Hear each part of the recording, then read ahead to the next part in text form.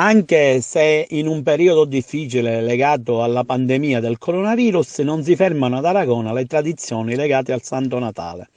Da ieri e fino al 6 gennaio in giro per le strade si sente il canto e la musica delle tradizionali nannareggi di Natale, una tradizione di oltre 200 anni, come ha ricordato l'arciprete della Chiesa Madre Don Angelo Chillura, che sono un simbolo cristiano.